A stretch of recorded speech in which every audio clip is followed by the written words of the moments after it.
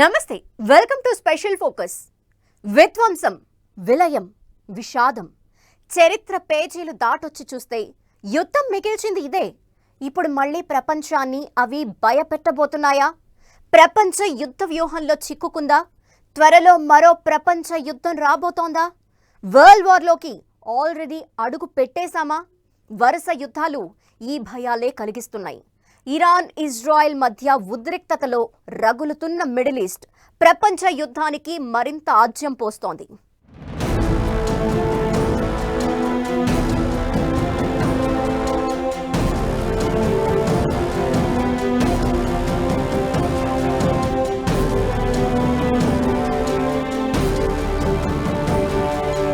Middle ఈస్ట్లో యుద్ధ భేరి ఓవైపు, రష్యా యుక్రెయిన్ ఉద్రిక్తతలు మరోవైపు, తైవాన్తో చైనా లడాయి, కొరియాల మంటలు ఇంకోవైపు, యుద్ధాల మధ్య నలిగిపోతున్న ప్రపంచం.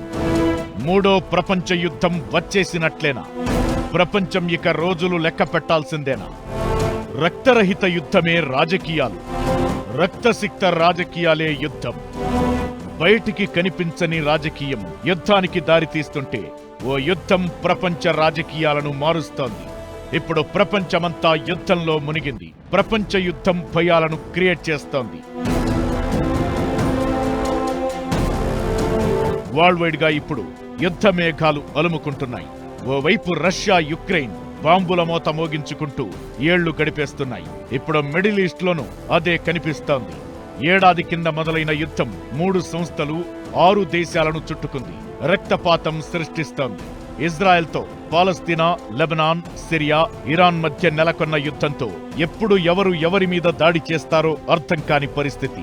మరోవైపు ఇందులో అమెరికా ఎప్పుడు జోక్యం చేసుకుంటుందో, అది మూడో ప్రపంచ యుద్ధంగా ఎప్పుడు మారుతుందో అని ప్రతి ఒక్కరూ ఆందోళన చెందుతున్నారు. ఇజ్రాయెల్ మీద ఇరాన్ క్షిపణి దాడులకు దిగింది. తప్పు చేశారు, భారీ మూల్యం చెల్లించుకుంటారని వార్నింగ్ ఇచ్చిన ఇజ్రాయెల్ ఇప్పుడు ఇరాన్ మీద యుద్ధానికి సిద్ధమైంది. అనండి చాలు, లేపేస్తామని ఓ లిస్ట్ను ఇజ్రాయెల్ ప్రధాని నెతన్యాహు ముందు పెట్టింది ఆ దేశ సైన్యం. సైన్యం ఇచ్చింది కేవలం జాబితా కాదు, మారణహోమానికి అది భవిష్యవాణి అనే భయాలు ప్రపంచాన్ని వెంటాడుతున్నాయి. చివరి నిమిషంలో ఏమైనా మార్పులు ఉంటే తప్ప ఏమాత్రం వెనక్కు తగ్గడానికి నెతన్యాహు టీం అస్సలు సిద్ధంగా లేదు. ఇజ్రాయెల్ దళాలు కూడా దాడి చేయడానికి దూకుడు మీద కనిపిస్తున్నాయి. అన్నీ అనుకూలిస్తే అమెరికా అధ్యక్ష ఎన్నికలు జరిగే నవంబర్ 5 లోపే అటాక్ చేయాలన్నది ఇజ్రాయెల్ ప్లాన్. 2 నుంచి 3 వారాల్లోపే ఇజ్రాయెల్ తమ ప్లాన్ను అమలు చేయబోతోందన్నది క్లియర్. మరి ఈ దాడి జరిగితే మూడో ప్రపంచ యుద్ధానికి దారితీస్తుందా? ఇప్పటికే మిగిలిన దేశాలు రెడీ అవుతున్నాయా అనే భయాలు ప్రపంచాన్ని వెంటాడుతున్నాయి. తమ దేశం మీద డ్రోన్లతో దాడి చేయడాన్ని ఇజ్రాయెల్ చాలా సీరియస్ గా తీసుకుంది. ఇరాన్ టార్గెట్ గా స్కెచ్ రెడీ చేసింది. ఇరాన్ లో వేటిని టార్గెట్ చేయాలనే దానిపై ఇజ్రాయెల్ సైన్యం బ్లూ ప్రింట్ రెడీ చేసింది. ప్రధాని నెతన్యాహుతో పాటు డిఫెన్స్ మినిస్టర్ కు ఇచ్చింది. సో టార్గెట్స్ దాదాపు ఫిక్స్ అయినట్లే. ప్రభుత్వం ఎప్పుడు దాడి చేయమంటే అప్పుడు అటాక్ మొదలు పెట్టడమేననేది అర్థమవుతోంది. ఇరాన్లో ఎక్కడెక్కడ దాడి చేస్తామన్న దానిపై ఇప్పటికే అగ్రరాజ్యానికి ఇజ్రాయెల్ బ్రీఫింగ్ ఇచ్చిందని సమాచారం. దేశ పరిస్థితుల దృష్ట్యా కొన్ని వివరాల గురించి చెప్పకపోయినా ఆల్మోస్ట్ అమెరికాతో కీలకమైన సమాచారాన్ని షేర్ చేసుకున్నట్టే. కాకపోతే లాస్ట్ మినిట్ లో టార్గెట్స్ మార్చే అవకాశం లేకపోలేదు. ఇజ్రాయెల్ స్కెచ్ ను పసిగట్టినట్టే ఉంది ఇరాన్. తమ జోలికొస్తే తడాకా చూపిస్తామని క్లియర్ కట్ గా చెబుతోంది. అందుకే అయితే ఈ యుద్ధం మూడో ప్రపంచ యుద్ధానికి దారి తీయడం ఖాయం. మిడిల్ ఈస్ట్ లో రేగిన మంటలకు మరో ఘటన ఆజ్యం పోసింది. ఇజ్రాయెల్ ప్రధాని నెతన్యాహు ఇంటివైపు డ్రోన్ దూసుకొచ్చింది. సిజేరియాలోని ఆయన నివాసం లక్ష్యంగా ఈ దాడి జరిగింది. హెజ్బుల్లా కేంద్రమైన లెబనాన్ నుంచి డ్రోన్లు దూసుకొచ్చినట్లు ఇజ్రాయెల్ దళాలు ప్రకటించాయి. ప్రధానిని టార్గెట్ చేయడంతో ఇజ్రాయెల్ రగిలిపోతోంది. మరింత దూకుడు చూపించే అవకాశముంది. ఇరాన్ మీద ఇజ్రాయెల్ యుద్ధానికి దిగితే ఈ దాడులు అరబ్ దేశాలు, అమెరికాకు విస్తరించే అవకాశం ఉంటుంది. ఇప్పటికే ఇజ్రాయెల్ కోసం అమెరికా రంగంలోకి దిగింది. ఐరన్ డోమ్లను దాటుకుని వచ్చిన డ్రోన్లు ఇజ్రాయెల్ సైన్యంపై దాడి చేసిన క్షణమే తమ దేశం నుంచి శత్రు దుర్భేద్యమైన థర్డ్ రక్షణ వ్యవస్థను పంపించింది. అటు హౌతీలు టార్గెట్ గా వైమానిక దాడులకు దిగుతోంది. అంటే ఇజ్రాయెల్ కోసం అమెరికా డైరెక్ట్ గా రంగంలోకి దిగినట్లే. ఇలాంటి సమయంలో యుద్ధం మొదలైతే ఆ హింస, ఆ ఎఫెక్ట్ ఊహించడానికి కూడా భయంకరంగా ఉంటుందనడంలో ఎలాంటి అనుమానం లేదు. ఇజ్రాయెల్ యుద్ధానికి సిద్ధమవుతున్న వేళ ఇరాన్ కూడా రెడీ అవుతోంది. దౌత్యపరంగా, సైనిక పరంగా ఆన్సర్ చెప్పాలని ఫిక్స్ అయింది. ప్రస్తుతం ఇజ్రాయెల్ వైపు అమెరికా, ఇరాన్ వైపు రష్యా, చైనా ఉన్నాయి. ఇరాన్ మీద ఇజ్రాయెల్ దాడికి దిగి యుద్ధం మొదలైతే ప్రపంచం రెండుగా విడిపోవడానికి పెద్దగా సమయం పట్టే అవకాశం లేదు. అదే జరిగితే మూడో ప్రపంచ యుద్ధం వచ్చేసినట్లే. ఈ ఆలోచన ఇప్పుడు ప్రతి ఒక్కరిని భయపెడుతోంది. ఇజ్రాయెల్ కు అండగా అమెరికా ఇప్పటికే రంగంలోకి దిగగా యుద్ధమంటూ మొదలైతే ఫ్రాన్స్, బ్రిటన్, అరబ్ దేశాలైన Jordan, Saudi Arabia, UAE support ఇచ్చే ఛాన్స్ ఉంది. ఇక ఇరాన్ వైపు రష్యా, చైనాతో పాటు యాక్సిస్ ఆఫ్ రెసిస్టెన్స్ అంటే ఇరాన్, హెజ్బొల్లా, సిరియా, ఇరాకీ గ్రూపులు, యెమెన్ హౌతీలు, పాలస్తీనా గ్రూపులతో పాటు హమాస్ అండగా ఉన్నాయి. ఇరాన్ మీద ఇజ్రాయెల్ దాడులకు దిగి యుద్ధం ముదిరితే ఈ దేశాలు, సంస్థలు రంగంలోకి దిగే ఛాన్స్ ఉంటుంది. అదే జరిగితే ఒక దేశం నుంచి మరో దేశం యుద్ధం విస్తరించడానికి పెద్ద సమయం పట్టదు. మూడో ప్రపంచ యుద్ధం రాక తప్పదు.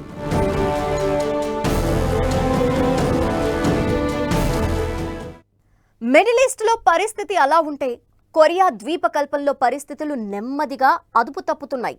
నార్త్ కొరియా చీఫ్ కిమ్ చేస్తున్న పనులు ప్రపంచ యుద్ధం భయాల్ని మరింత పెంచుతున్నాయి.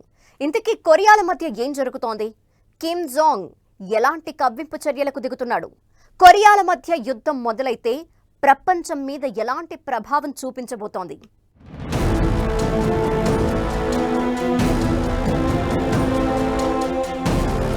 కొరియా ద్వీపకల్పంలో ఉద్రిక్తతలు, యుద్ధం దిశగా సాగుతున్న పరిణామాలు, కిమ్ జోంగ్ చర్యలతో కొత్త భయాలు.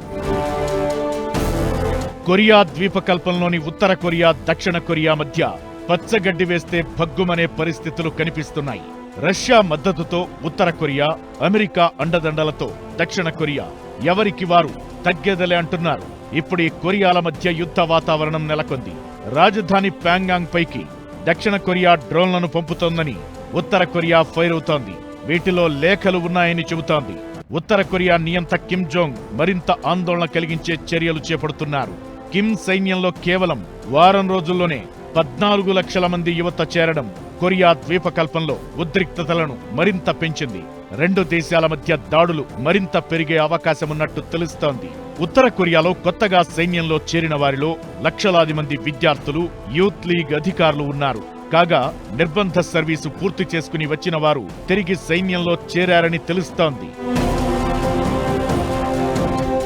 2 రోజుల్లోనే 10 లక్షల మంది యువకులు సైన్యంలో చేరినట్లుగా ఉత్తర కొరియా ప్రభుత్వం చెబుతోంది. విప్లవం, ఆయుధాలతో శత్రువును నాశనం చేసే పవిత్ర యుద్ధంలో పోరాడాలని యువకులు డిసైడ్ అయ్యారని, యుద్ధం జరిగితే ప్రపంచ పటం నుంచి దక్షిణ కొరియా తుడిచిపెట్టుకుపోతుందని, దాని ఉనికిని అంతం చేసేందుకు సిద్ధంగా ఉన్నామని ఉత్తర కొరియా సర్కార్ డెడ్లీ వార్నింగ్ ఇస్తోంది. అంతేకాదు, 2 కొరియాలను కలిపే రోడ్లను, రైల్వే లైన్లను కిమ్ ప్రభుత్వం బాంబులతో పేల్చి నాశనం చేసింది. దక్షిణ కొరియాను శత్రు దేశంగా ప్రకటిస్తూ రాజ్యాంగ సవరణ కూడా చేసిన కిమ్ సర్కార్ ఇక యుద్ధమే అని పరోక్షంగా సంకేతాలు పంపింది.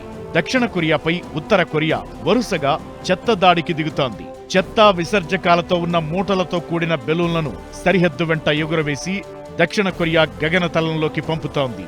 జూన్ 1 నుంచి ఇప్పటి వరకు 6,000కు పైగా చెత్త బెలూన్లను ఉత్తర కొరియా వదిలినట్లు అంచనా.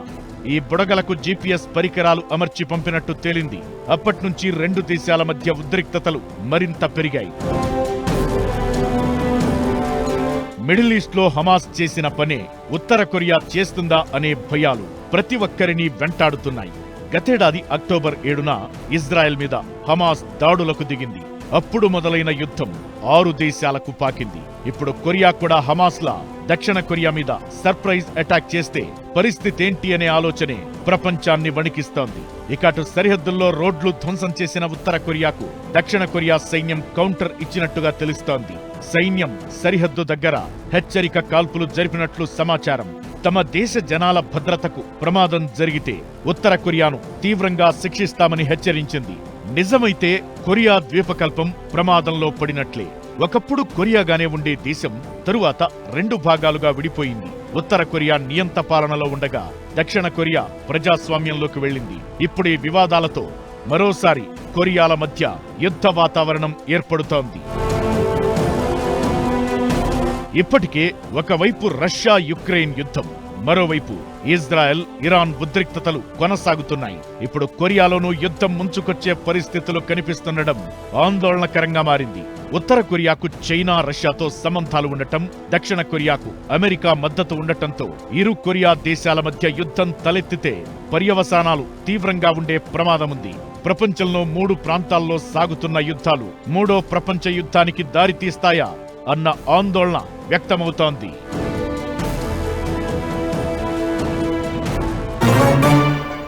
మిడిల్ ఈస్ట్ లో అలా, కొరియా ద్వీపకల్పంలో ఇలా ఉద్రిక్తతలు పీక్స్ కి చేరుకున్న వేళ చైనా ఓవర్ యాక్షన్ మరిన్ని భయాలు పుట్టిస్తోంది.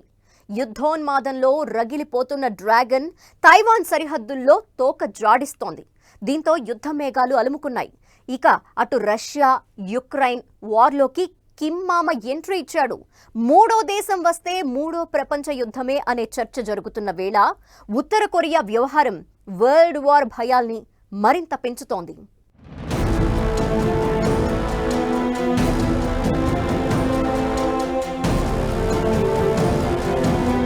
చైనా తైవాన్ మధ్య యుద్ధ మేఘాలు, తైవాన్ సరిహద్దుల్లో చైనా విన్యాసాలు, రష్యా యుక్రెయిన్ వార్లోకి Kim entry. Russia Ukraine war ఏ మలుపు తిరగబోతోంది? యుద్ధోన్మాదంతో రగిలిపోతున్న చైనా దరిద్రపు వేషాలు వేస్తోంది.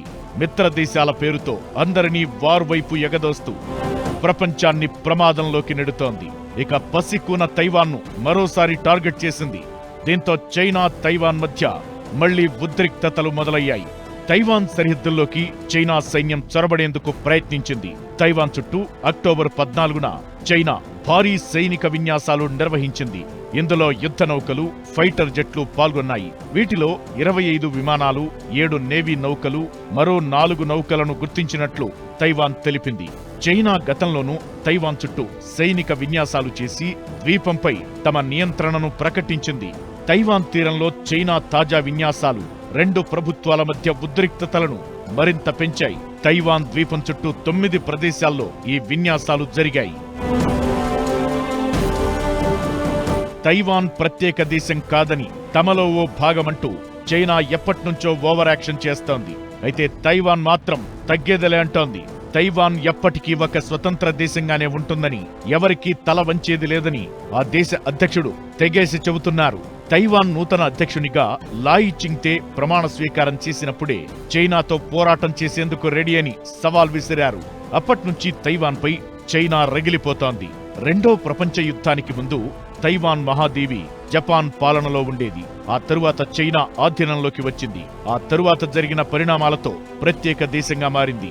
అయితే ఎప్పటికైనా తైవాన్ని స్వాధీనం చేసుకుంటామని కమ్యూనిస్టు పార్టీ నాయకులు వార్నింగ్ ఇస్తున్నారు. ఈ ఏడాది మేలో తైవాన్ కొత్త అధ్యక్షుడిగా ప్రమాణ స్వీకారం చేసిన లాచింగ్ చైనాకు వ్యతిరేకంగా వ్యవహరించడంతో పరిస్థితులు సీరియస్ గా మారాయి. యుద్ధం జరిగే పరిస్థితులు కనిపిస్తున్నాయి. తైవాన్కు అమెరికా మద్దతుగా ఉంది. దీంతో పరిస్థితి దేనికి దారి తీస్తుందోననే భయాలు కనిపిస్తున్నాయి. ఇకటు జపాన్కు చైనా దూకుడు కంగారు పుట్టిస్తోంది. చైనా తైవాన్ వ్యవహారం ఇలా టెన్షన్ పెడుతుంటే రష్యా యుక్రెయిన్ యుద్ధంలోకి ఉత్తర కొరియా నియంత కిమ్ ఎంట్రీ మరింత టెన్షన్ పెడుతోంది. రష్యాతో తమ యుద్ధంలోకి మూడో వ్యక్తి ప్రవేశిస్తే ప్రపంచ యుద్ధమేని యుక్రెయిన్ అధ్యక్షుడు జెలెన్స్కీ గతంలో ప్రకటించారు. అయితే ఇప్పుడు ఉత్తర కొరియా రావడంతో ఏం జరగబోతోందనే భయాలు కనిపిస్తున్నాయి. 10,000 మంది ఉత్తర కొరియా సైనికులు రష్యాలో ల్యాండ్ అయినట్లు ప్రచారం జరుగుతోంది. రష్యా యుద్ధ నౌకల ద్వారా 1,500 మందితో ఉత్తర కొరియా ప్రత్యేక బలగాలు రష్యాలోని వ్లాదివోస్తాక్ రేవు నగరాన్ని చేరుకున్నాయని దక్షిణ కొరియా నిఘా సంస్థ తెలిపింది. త్వరలో మరిన్ని బలగాలు అక్కడికి వెళతాయని తెలిపింది. ఉత్తర కొరియా రేవు దగ్గర రష్యా యుద్ధ నౌకల కదలికలకు సంబంధించి ఉపగ్రహ చిత్రాలను బయటపెట్టింది. 12,000 బలగాలను రష్యాకు పంపాలని ఉత్తర కొరియా నిర్ణయించినట్టు తెలిపింది. మూడో వ్యక్తి వస్తే ఆ ముప్పు ఊహించడానికి కూడా భయంకరంగా ఉంటుందనే వార్నింగ్స్ అటు రష్యా ఇటు యుక్రెయిన్ నుంచి వినిపిస్తున్నాయి.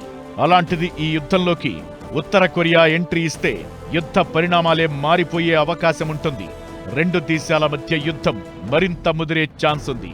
యుక్రెయిన్ కు మద్దతుగా అమెరికా డైరెక్ట్ ఎంట్రీ ఇవ్వడం ఖాయం. అదే జరిగితే ఇది ప్రపంచ యుద్ధానికి దారితీస్తుందనే భయాలు కనిపిస్తున్నాయి. 3 యుద్ధాలు మూడో ప్రపంచ యుద్ధానికి దారి తీయబోతున్నాయా అనే భయమే ఇప్పుడు ప్రతి ఒక్కరిని భయపెడుతోంది. ఇంతకీ వరల్డ్ వార్కు ప్రపంచం ఎంత దూరంలో ఉంది? మూడో ప్రపంచ యుద్ధం మొదలైతే ఏ దేశాలు అందులో భాగం కాబోతున్నాయి? ఆ యుద్ధం ప్రపంచంపై ఎంత ప్రభావం చూపించే ఛాన్స్ ఉంది?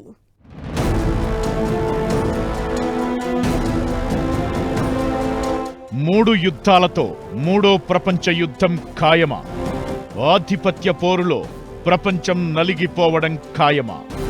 ప్రపంచ దేశాలు ఇప్పుడు పెనుముప్పులో ఉన్నాయా? యుద్ధం ఎప్పుడూ భయంకరంగానే ఉంటుంది. భయం ఎప్పుడూ యుద్ధానికే దారితీస్తుంది. చరిత్ర పేజీలు దాటొచ్చి చూస్తే కనిపించేది, అర్థమయ్యేది ఇదే. 2 ప్రపంచ యుద్ధాలు మిగిల్చిన మారణహోమాన్ని, ఆధిపత్య పోరును ఇప్పుడీ 3 యుద్ధాలు గుర్తు చేస్తున్నాయి. ఓవైపు ఇరాన్ ఇజ్రాయెల్, మరోవైపు కొరియాల యుద్ధం, ఇంకోవైపు China Taiwan Russia Ukraine war. ఈ 3 యుద్ధాలు మూడో ప్రపంచ యుద్ధానికి దారితీస్తాయా అనే భయాలు ప్రతి ఒక్కరిని వెంటాడుతున్నాయి. కొన్ని దేశాల మధ్య ప్రచ్ఛన్న యుద్ధాలు, మరికొన్ని దేశాల మధ్య ప్రత్యక్ష యుద్ధాలు రోజు రోజుకు పెరుగుతూనే ఉన్నాయి. కొన్నేళ్ల నుంచి జరుగుతున్న ఈ యుద్ధాలు కాస్త మూడో ప్రపంచ యుద్ధంగా మారితే ప్రపంచంలోనే శక్తివంతమైన రష్యా, అమెరికా, చైనా లాంటి దేశాలు ఆ యుద్ధంలోకి దిగితే అప్పుడు ప్రపంచం పరిస్థితి ఏంటి అనే ఆలోచనే వెన్నులో వణుకు పుట్టిస్తోంది. భారతదేశము దౌత్యపరంగా, ఆర్థికంగా, రాజకీయంగా, శాస్త్ర సాంకేతిక రంగాల పరంగా తన యొక్క అభివృద్ధిని ఇవాళ ప్రపంచ శాంతి తీసుకురావడానికి కూడా చాలా బాగా వాడి ఒక మంచి నాయకత్వం ఇవ్వాల్సిన సమయం ఆసన్నమైనది. 2 ప్రపంచ యుద్ధాలు వేరు. ఇప్పుడు ప్రపంచ యుద్ధం వస్తే పరిస్థితి వేరు. వార్ అంటూ జరిగితే బతుకుతో యుద్ధం చెయ్యాలి. భూమి భవిష్యత్ కోసం యుద్ధం చెయ్యాల్సిన పరిస్థితి వస్తుంది. ప్రపంచ యుద్ధం మిగిల్చే విధ్వంసాన్ని భరించడం ఈజీ కాదు. మొదటి ప్రపంచ యుద్ధంలో 4 కోట్ల మంది పౌరులు, సైనికులు చనిపోయారు. రెండో ప్రపంచ యుద్ధంలో దాదాపు 6 కోట్ల మంది ప్రాణాలు కోల్పోయారు. యుద్ధం వల్ల వచ్చిన అనారోగ్యం, కరువు వల్ల ఎంతో మంది ఇబ్బంది పడ్డారు. ఈ 2 యుద్ధాల తరువాత ప్రపంచం టెక్నాలజీలో చాలా డెవలప్ అయింది. ఒకవేళ మూడో ప్రపంచ యుద్ధమంటూ వస్తే ఆ ఆయుధాలన్నీ వాడితే ప్రపంచ మనుగడకు ముప్పు తప్పదు. ఒకవేళ మూడో ప్రపంచ యుద్ధం వస్తే అది ఖచ్చితంగా అణుయుద్ధంగానే మారుతుంది. ప్రపంచమంతా హిరోషిమా, నాగసాకిగానే మిగులుతుంది. అసలు జీవి మనుగడే సాధ్యమయ్యే ఛాన్స్ ఉండకపోవచ్చు. అయితే ఇప్పుడు ఈ 3 యుద్ధాలు ప్రపంచ యుద్ధానికి దారి తీస్తాయా అంటే ఖచ్చితంగా జరుగుతుందని అంచనా వేయలేని పరిస్థితి. ప్రస్తుతం జరుగుతున్న యుద్ధాలన్నీ ఆధిపత్యం కోసమే. అది అదుపు తప్పితే ప్రపంచానికే ప్రమాదమని ఆ దేశాలకు తెలుసు, మిగిలిన ప్రపంచానికి తెలుసు. అందుకే అంత ఈజీగా సవాల్ చేసి తొడలు కొట్టే పరిస్థితి రాకపోవచ్చు. మరో 5 ఏళ్లు 10 ఏళ్లు ఈ ఉద్రిక్తతలు కొనసాగే అవకాశాలు ఉండొచ్చుగాని ఇప్పటికిప్పుడు ప్రపంచ యుద్ధానికి దారితీసే అవకాశాలు లేవు. అయితే ఈ వైరుధ్యాలు, వివాదాలు, విద్వేషాలు ప్రపంచం మీద ఖచ్చితంగా ప్రభావం చూపించే ఛాన్స్ ఉంటుంది. ప్రతి దేశం మీద, ప్రతి పౌరుడి మీద ఆర్థికంగా భారం పడే ఛాన్స్ ఉంటుంది. బతకడం కష్టంగా మారే అవకాశమూ ఉంటుంది. ఇది ప్రపంచ యుద్ధం కంటే దారుణం. ఇవన్నీ దాటుకుని మూడో ప్రపంచ యుద్ధం జరిగితే మాత్రం 4వ ప్రపంచ యుద్ధానికి రాళ్ళు, కర్రలే దిక్కు. ఇది మాత్రం క్లియర్.